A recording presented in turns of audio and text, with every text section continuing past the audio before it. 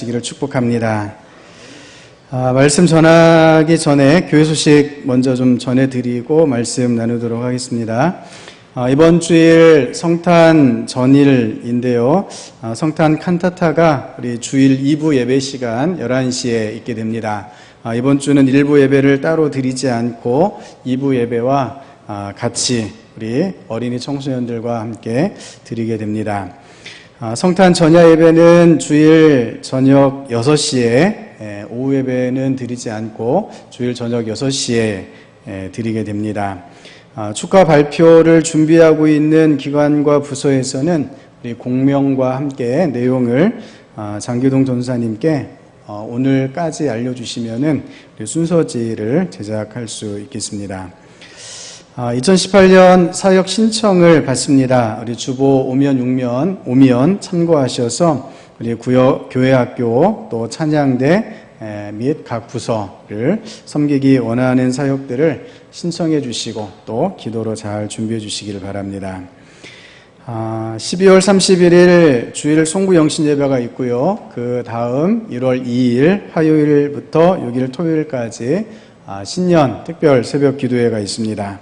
한 해에 하나님께서 주실 은혜들을 기대하고 사모하시면서 기도의 자리로 나올 수 있도록 잘 준비해 주시기를 바랍니다. 오늘 말씀은 긍휼히 여기는 자는 이라는 제목으로 함께 말씀의 은혜 나누고자 합니다. 몇 년 전 이란에서는 사람들을 깜짝 놀라게 하는 한 판결이 있었습니다. 눈에는 눈, 이에는 이라는 고대 국가의 법대로 이란 법원이 판결을 내린 것인데요. 어느 날 아메네라고 하는 한 여성이 한 남성의 청혼을 받습니다. 하지만 이 여성은 청혼을 거절했지요. 청혼했던 남자는 출근 중이던 아메네의 얼굴에 황산 한 바가지를 퍼 부어버렸습니다. 이 아메네는 병원으로 긴급 후송되었고 수개월 동안 19번에 걸친 수술을 받습니다. 얼굴 모양은 완전히 망가져 버렸고 결국은 두 눈의 시력도 다 잃어버리고 말았습니다. 이 사건을 저지른 남성은 사건 후 2주 만에 자수를 했습니다. 그리고 그에게 징역형과 벌금이 주어졌죠. 사건이 그렇게 마무리되는가 싶었는데 피해자인 아메네가 법원에 가해자도 똑같은 고통을 겪게 해달라라고 하는 청원을 하게 됩니다. 법원은 피해자의 청원을 받아들이고 판결을 내렸는데 어떤 판결을 내렸을까요? 테헤란의 법무부 지정병원에서 가해자를 침상에 눕힌 상태에서 피해자인 아메네가 직접 가해 남성의 양쪽 눈에 20방울씩 황산을 떨어뜨려라 라고 하는 게 법원 판결이었습니다.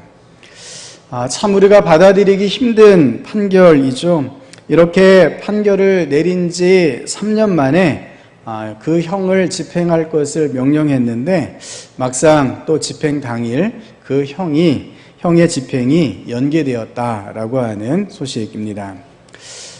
눈에는 눈, 이에는 이라고 하는 이 법은 기원전 1750년경에 선포된 함무라비 법전에도 나오지요. 레위기 24장 20절에서도 똑같이 말씀이 됩니다. 상처에는 상처로, 눈에는 눈으로, 이에는 이로 갚을지라. 남에게 상해를 입힌 그대로 그에게 그렇게 할 것이며 라고 레위기는 기록하고 있습니다. 피해를 입힌 것과 같이 똑같이 보복할 수 있도록 법적으로 보장한 것인데 전혀 자비를 구할 수 없는 법입니다. 물론 구약 율법을 보면 실수로 다른 사람을 죽인 경우나 무자비한 복수극이 벌어지지 않도록 하는 도피성이란 제도를 마련해 두고 있기도 합니다. 또 우리가 가끔 눈에는 눈, 이에는 이라는 복수 방식이 지금도 있었으면 좋겠다라는 생각을 가끔 하게 되지요. 보통 가해자들은 피해자의 그 고통과 아픔을 잘 모르기 때문에 그렇습니다.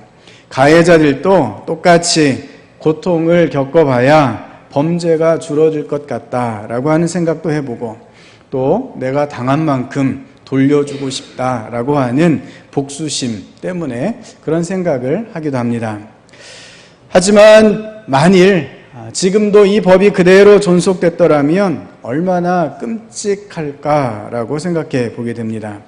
더구나 하나님께서 이 법을 그대로 유지시키셔서 우리에게 적용하신다면 어떻게 됐을까? 참으로 걱정이 앞섭니다. 우리가 의도하지 않더라도 참 많은 실수들을 하고 있습니다. 그때마다 그대로 그것이 되돌아온다고 하면 생각만으로도 끔찍합니다. 우리가 잘못한 것에 비하면 우리가 책임지는 부분은 훨씬 더 작음에 틀림없습니다. 성도 여러분, 사실 우리는 아무런 대가를 치르지 않고 그 무서운 죄들로부터 또한 인생의 무거운 짐으로부터 구원받았음을 우리는 고백해야 할 것입니다. 하나님께서 예수님을 통해 거저 우리에게 선물을, 구원을 허락하여 주신 줄로 믿습니다. 주님께서 우리에게 눈에는 눈, 이에는 이라고 하는 잣대 대신에 어떤 잣대를 우리에게 대어서 사용하십니까? 긍휼이라는 잣대를 우리에게 허락하셨다는 것입니다. 오늘 팔복 네 번째 말씀을 나누는데요. 다섯 번째 복된 사람의 모습이 긍휼히 여기는 사람이라 말씀해 주십니다. 영적으로 가난한 사람들의 애통함이 온유함으로 승화되어서 의에 줄이고 목마르게 된다라고 하는 것이 첫째 복부터 네 번째 복까지의 내용입니다. 이제 다섯 번째 복된 사람은 그 마음, 온유하고 또한 의에 줄이고 목마른 그 마음이 밖으로 향하여 나아가게 되는 것을 보여주고 있습니다. 다섯 번째 복된 사람부터 마지막 여덟 번째 복된 사람까지는 다른 사람과의 관계를 통해서 어떤 사람이 복된 사람인지를 말씀해 주시고 있습니다. 오늘 다섯 번째 복된 사람, 긍휼히 여기는 사람은 자신의 마음에 머무는 사람이 아니라 다른 사람을 향해 자신의 긍휼한 마음을 드러내는 사람이라고 가르쳐 주시고 있습니다. 긍휼이라고 하는 주제는 예수님의 사역 전체를 아우르는 주제이지요. 온유하신 주님, 그 온유하신 주님께서 우리를 긍휼히 여기셨기 때문에 저와 여러분을 포함해 온 인류가 구원을 누리게 된 줄로 믿습니다. 복된 성도로서 다섯 번째 복된 사람, 긍휼히 여기는 사람이 되고 싶다면 당연히 주님의 긍휼하심이 어떠한지를 우리는 잘 알아야 합니다. 성도 여러분, 예수님께서 우리를 불쌍히 여기셨다라고 하는 것에 조금의 이견도 없을 줄로 믿습니다. 예수님께서 저와 여러분을 긍휼히 여기시고 계심을 믿으십니까? 참으로 우리 주님은, 온유하신 우리 주님은 우리를 긍휼히 여기시는 줄로 믿습니다. 예수님께서 공생의 기간 동안 사람들을 어떤 태도로 바라보셨는지 사복음서 곳곳에 빈번하게 주님의 마음이 기록되어 있습니다. 마가복음 1장에 보면 예수님께서 이 땅에서 어떤 사역들을 하셨는지 요약하는 말씀 직후에 첫 번째 치유 기사로 나병 환자를 치료하는 장면이 등장합니다. 한 나병 환자가 예수님께 와서 무릎을 꿇어 엎드려 예수님께 구합니다. 예수님, 주님께서 원하시면 저를 깨끗하게 하실 수 있습니다. 라고 간구하죠. 그때 예수님의 태도가 무엇이었습니까? 그를 불쌍히 여기셨다라고 하는 것입니다. 이전에 개역성경에는 민망히 여기셨다라고 번역하고 있는데 측은히 여기시는 주님의 마음을 잘 표현하는 단어 같습니다. 마태복음 20장에 보면 앞을 보지 못하는 맹인 두 사람의 이야기가 등장합니다. 이 둘은 길가에 앉았다가 예수님께서 지나가신다라고 하는 이야기를 듣게 되죠. 길가에 두 맹인이 앉아서 무엇을 하고 있었을까요? 지나가는 사람들에게 구걸을 하고 있었습니다. 구걸 말고는 할 수 있는 것이 아무것도 없었습니다. 그 상태에서 예수님이 지나가신다 하는 사람들의 소리를 듣고는 예수님을 향해 소리를 고래고래 지릅니다. 여러분, 이 맹인 두 사람, 맹인 거지 두 사람의 모습을 머릿속에 한번 떠올려 보십시오.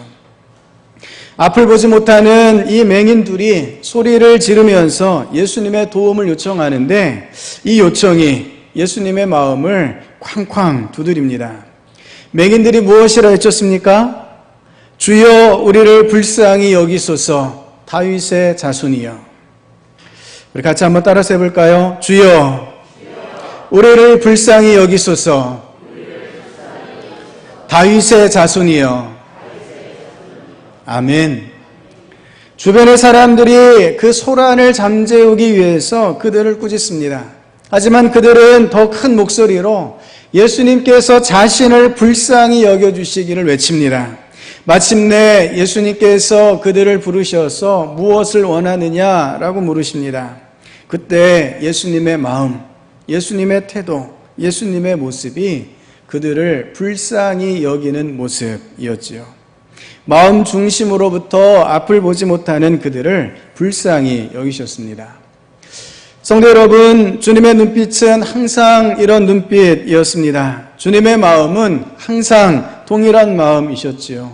불쌍히 여기셨습니다. 그런데 한 가지 더 주목해야 할 사실은 긍휼히 여기는 것, 불쌍히 여기는 것이 마음으로만 그친 것이 아니라 실제적인 행동으로 나아가는 내적 동기가 되었다는 것입니다. 예수님께서 불쌍히 여기셨던 사건들은 모두 예수님의 행동으로, 예수님의 치료로, 역사하심으로 그 이야기가 마무리하게 됩니다. 예수님 앞에 나와왔던 나병 환자, 또한 두 사람의 맹인은 그 불치병을 치료받게 되지요. 예수님께서 불쌍히 여기셨던 나인성 과부가 있었습니다. 그녀의 외아들, 그가 죽음으로 나인성 과부가 참으로 불쌍한 사람이 되었지요. 예수님께서 그 외아들을 어떻게 했습니까? 예수님께서 나인성 과부를 불쌍히 여기심으로 죽었던 외아들을 다시 살아나게 하셨습니다. 그리고 무리들을 보시며 불쌍히 여기셨던 주님은 마침내 십자가 위에서 자신을 내어드리는 행함으로 우리를 향한 구원의 역사를 마무리 지어 주셨습니다. 성도 여러분, 예수님의 이러한 긍휼히 여기심을 잘 보여주는 비유가 선한 사마리아 사람의 비유입니다. 비유에 보면 어떤 사람이 강도를 만나서 길거리에 쓰러지게 됩니다. 거의 죽은 것이나 다름없었죠. 그 곁을 제사장과 레위인이 지나갑니다. 제사장과 레위인이 강도 만난 사람을 거들떠보지도 않은 그 이유는 분명합니다.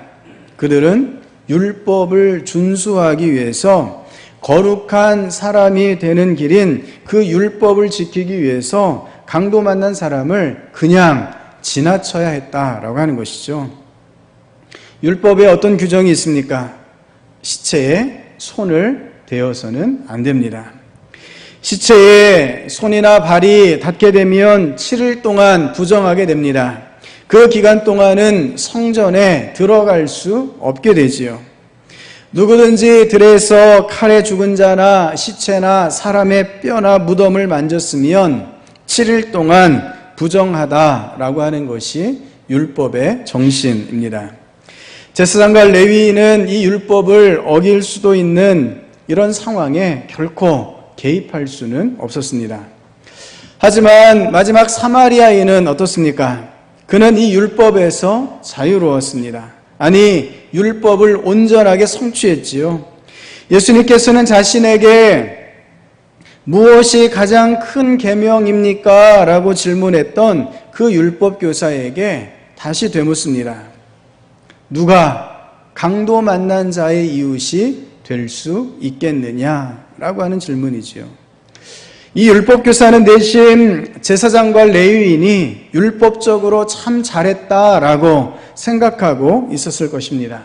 자신도 동일한 상황이라고 하면 똑같이 행동했을 것이고 그 정당성을 항변하려고 준비하고 있었을 것입니다. 하지만 주님은 그 율법 교사의 허를 찌릅니다. 누가 율법을 잘 지켰는가, 이것이 예수님의 관심사가 아니라 누가 강도 만난 자의 이웃인가 라고 하는 것이 예수님의 관심사였습니다. 예수님은 모든 사건을 긍휼의 눈으로, 모든 현상들을 불쌍히 여김으로 바라보시고 계신다는 사실이지요. 율법교사는 예수님의 이 질문에 대해서 자비를 베푼 자니이다 라고 마지못해 대답을 합니다. 바로 이 답변, 자비를 베풀다 라고 하는 단어가 긍휼히 여긴다 라고 하는 단어와 같은 단어입니다. 긍휼히 여기는 것은 단지 마음에서 그치는 것이 아니라 그렇게 자비를 베푸는 행동과 직접 연결되어 있습니다. 성도 여러분, 예수님께서 긍휼히 여기셨던 것처럼 여러분도 긍휼의 사람이 되시기를 바랍니다. 긍휼히 여기기 시작할 때 우리는 놀라운 역사를 경험할 수 있게 됩니다. 비로소 예수님의 그 큰 사랑을 깨달을 수 있게 됩니다. 주님께서 우리를 얼마나 불쌍히 여기셨는지를 깊이 깨달으면 깨달을수록 우리는 더욱 큰 긍휼의 사람이 될 수 있습니다. 더 큰 긍휼이 우리 마음 중심에서부터 나오기 시작할 때 우리는 주님의 그 크신 사랑을 더 깊이 누릴 수 있게 됩니다. 예수님께서는 5번째 복된 사람에게 부어주시는 복이 긍휼히 여김을 받는 복이라 이렇게 말씀해 주십니다. 우리가 주님의 긍휼하심으로 구원을 받게 되었던 것처럼 계속해서 주님의 구원의 역사 안에, 주님의 보살핌과 위로의 역사 안에 머물 수 있게 되는 것이 바로 이 긍휼히 여김 받음의 복이라 하는 것입니다. 이 세상의 그 어떤 영광보다도, 이 세상의 어떤 안락함과 부귀영화보다도 주님께서 우리를 불쌍히 여겨주시는 이 복이 참으로 크고 놀라운 은혜인 것을 믿음으로 고백하실 수 있기를 바랍니다. 디도서 3장 5절은 이렇게 선포합니다. 우리를 구원하시되 우리가 행한 바 의로운 행위로 말미암지 아니하고 오직 그의 긍휼하심을 따라 중생의 씻음과 성령의 새롭게 하심으로 하셨나니. 아멘. 긍휼히 여기심으로 하나님의 긍휼하심을 누리시는 복된 성도 되시기를 축복합니다. 이제 8복 가운데 6번째 복된 사람, 마음이 청결한 자의 복이 무엇인지 나누고자 합니다. 마음이 청결한 자가 하나님을 보게 될 것이다 라고 주님께서 말씀해 주십니다. 보통 마음이 청결하다라고 하는 말은 동양적인 문화 혹은 불교적인 배경 속에서 이해되기는 무념무상의 경지를 뜻할 때가 많이 있습니다. 무념무상, 이 상태는 어떤 상태입니까? 무아의 경지, 어떤 마음의 동요나 이끌림도 없는 그런 상태를 가리키죠. 보통 우리 마음을 호수에 많이 비유합니다. 호수에 돌을 던지면 물결이 그 원을 그리면서 흔들리게 되지요. 하지만 무념무상의 마음은 어떤 마음입니까? 아무리 큰 돌을 던져도 물결이 일지 않는 그런 마음을 가리킵니다. 그런 마음이 되어야 어떠한 고통에서도 벗어나 또 어떠한 욕심에도 집착하지 않고 어떠한 번뇌에도 걸려들지 않고 자유로운 마음으로 이 세상을 살아갈 수 있다, 이렇게 말합니다. 우리도 보통 마음이 청결하다라고 했을 때에는 보통 이런 상태, 깨끗하고 순수하고 죄로 물들지 아니한 마음, 모든 죄가 깨끗하게 씻겨진 마음, 이런 마음을 떠올릴 때가 많이 있습니다. 하지만 성경이 말씀하시는 청결한 마음은 단지 깨끗한 마음 혹은 무엇인가에 매이지 않은 그런 마음을 가리키지 않습니다. 가치 중립적이고 객관적인 위치에 서 있는 그런 마음도 아니지요. 성경이 말씀하시는 바 청결한 마음을 가진 사람은 두 마음을 품지 않고 마음과 행함이 하나가 되어 하나님께 나아가는 사람을 뜻하고 있습니다. 야고보서 4장 8절에 이렇게 말씀하십니다. 하나님을 가까이 하라. 그리하면 너희를 가까이 하시리라. 죄인들아, 손을 깨끗이 하라. 두 마음을 품은 자들아, 마음을 성결하게 하라. 아멘. 성도 여러분, 우리 사람들이 두 마음을 품는 것은 사람들의 오랜 습관이자 본질적인 성격 같기도 합니다. 우리는 늘 두 마음을 갖고 살아가는 듯 하기 때문이죠. 사람들이 가지고 있는 사고방식 자체가 그렇습니다. 우리가 잘 아는 영국의 소설 지킬 박사와 하이드라고 하는 소설이 공감을 받는 이유가 여기에 있습니다. 이 지킬 박사와 하이드처럼 우리는 비슷한 경험들을 또 비슷한 경향들을 가지고 살아갑니다. 외적으로는 다른 사람들 앞에서는 참으로 학식 있고 존경받으며 근엄한 모습을 유지하고 싶어 하지요.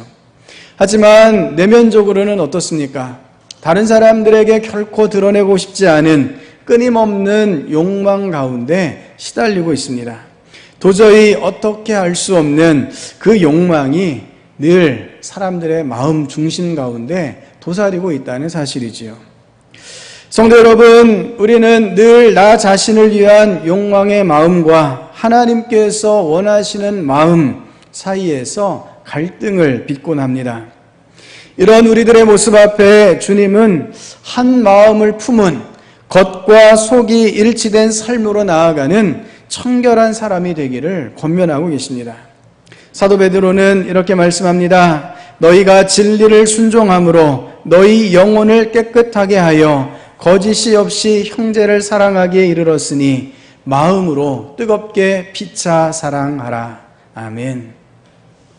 마음 안에 있는 이 두 마음을 지우고 거짓이 없는 마음으로부터 뜨겁게 피차 사랑하라 라고 말씀하십니다. 마음 가장 깊은 곳에서부터 주님의 마음으로 사랑하라 강력하게 촉구하고 있으십니다. 올해의 부부상 수상자로 선정되었던 60대 부부가 있습니다. 이 부부는 1969년 결혼해서 달동네 단칸방에서부터 신혼살림을 시작했습니다. 둘째를 출산할 즈음에는 나름대로 탄탄한 직장에서 안정적으로 생활하고 있었습니다. 하지만 부인이 투자한 돈이 업체의 부도로 순식간에 날아가고 부인은 희귀성 난치병인 루푸스에 걸리게 됩니다. 이 루푸스병은 바이러스나 세균의 침투가 없어도 몸 안에서 자기 항체가 생겨나서 건강한 조직을 공격하는 치명적인 병입니다. 부인은 이때부터 엄청난 양의 약물을 복용해야 했습니다. 어떤 때는 식사량보다 먹어야 할 약의 양이 더 많을 때도 있었습니다. 체력이 떨어질 때쯤이면 하루에 2-3번씩 주사를 맞아야 했고 생존율이 높지 않다는 이야기에는 절망스러운 눈물을 흘려야 하기도 했습니다. 지금도 이틀에 한 번꼴로 5시간의 투석을 해야만 생명을 이어갈 수 있는 형편입니다. 부인은 자신의 이런 몸 상태에 얼마나 힘들고 죄스럽고 절망스럽겠습니까? 하지만 남편은 그럴 때마다 부인에게 이렇게 말했다고 합니다. 이 세상에서 사람의 생명보다 더 소중한 것이 어디에 있겠어? 가진 재산 다 쓰고 오갈 데가 없어 산속에 텐트를 치더라도 남편인 내가 정성을 쏟을 테니 절대 흔들리지 마라 라고 위로했다고 합니다. 그렇게 32년을 별거 아닌 별거 생활을 하면서도 내일이 없는 오늘을 위해 늘 기도하는 마음으로 최선을 다해 살아가고 있다라고 고백하는 것을 보았습니다. 성도 여러분, 마음이 청결한 사람은 바로 이런 사람입니다. 자신이 견딜 수 없는 상태 가운데 있음에도 불구하고 어떤 희망도 없는 처지이지만 마음으로부터 끝까지 나 자신을 헌신하여 사랑할 수 있는 마음, 이것이 청결한 마음입니다. 예수님께서는 겉과 속이 달랐던 바리새인들과 율법학자들을 혹독하게 비판하셨습니다. 화 있을진저 외식하는 서기관들과 바리새인들이여 잔과 대접의 겉은 깨끗이 하되 그 안에는 탐욕과 방탕으로 가득하게 하는도다. 눈먼 바리새인이여 너는 먼저 안을 깨끗이 하라. 그리하면 겉도 깨끗하리라. 바리새인들과 율법학자들이 대단한 의의를 가진 것처럼 보이지만 하나님의 복된 사람은 이들과는 차원이 다릅니다. 하나님의 복된 사람은 마음 중심으로부터 삶의 중심에 이르기까지 동일한 마음으로 나아가는 사람이기 때문에 그렇습니다. 속과 겉이 다르지 않은 온전히 주님만을 향한 마음으로 하나 되어 주님 앞에 나아가는 사람입니다. 이렇게 청결한 마음을 가진 사람이 누릴 수 있는 복이 무엇이라 말씀하십니까? 하나님을 뵙게 될 것이다 라고 약속해 주십니다. 하나님을 뵙게 되는 그 복이 어떤 것인지 계시록에 이렇게 말씀해 주십니다. 하나님께서 죄 있다고 심판하실 것이 그 성에는 없었습니다. 하나님과 어린 양의 보좌가 그곳에 있고 그분의 종들은 다 그분을 섬길 것입니다. 그들은 하나님의 얼굴을 볼 것이며 그들의 이마에는 하나님의 이름이 기록될 것입니다. 아멘. 성도 여러분, 하나님을 뵙는 이 복은 다른 모든 복을 포함하는 복이라 할 수 있습니다. 마지막 날 우리를 하나님의 구원의 성 가운데 세워주시고 우리에게 주실 궁극적이고 영원한 복이기 때문에 그렇습니다.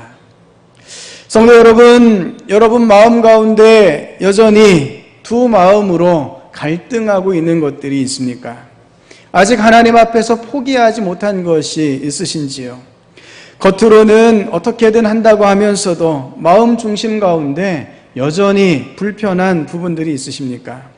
오늘 마음이 청결한 자의 복을 기억하시며 전적으로 마음 중심으로부터 하나님의 변화의 역사가 일어나게 될 수 있기를 축복합니다. 성도 여러분, 저와 여러분에게 긍휼을 베풀어 주신 주님께서 저희들을 긍휼히 여김 받는 자로 하나님을 뵙게 될 자로 지금도 부르시고 계십니다. 주님께서 긍휼히 여기시는 자, 마음이 청결한 자가 되셔서 주님의 부르심에 합당하게 나아갈 수 있기를 바랍니다. 그래서 이 땅 가운데 주님을 그대로 닮아가시며 하나님의 나라 가운데 영광을 누리시는 주의 백성 될 수 있기를 축복합니다. 기도하시겠습니다.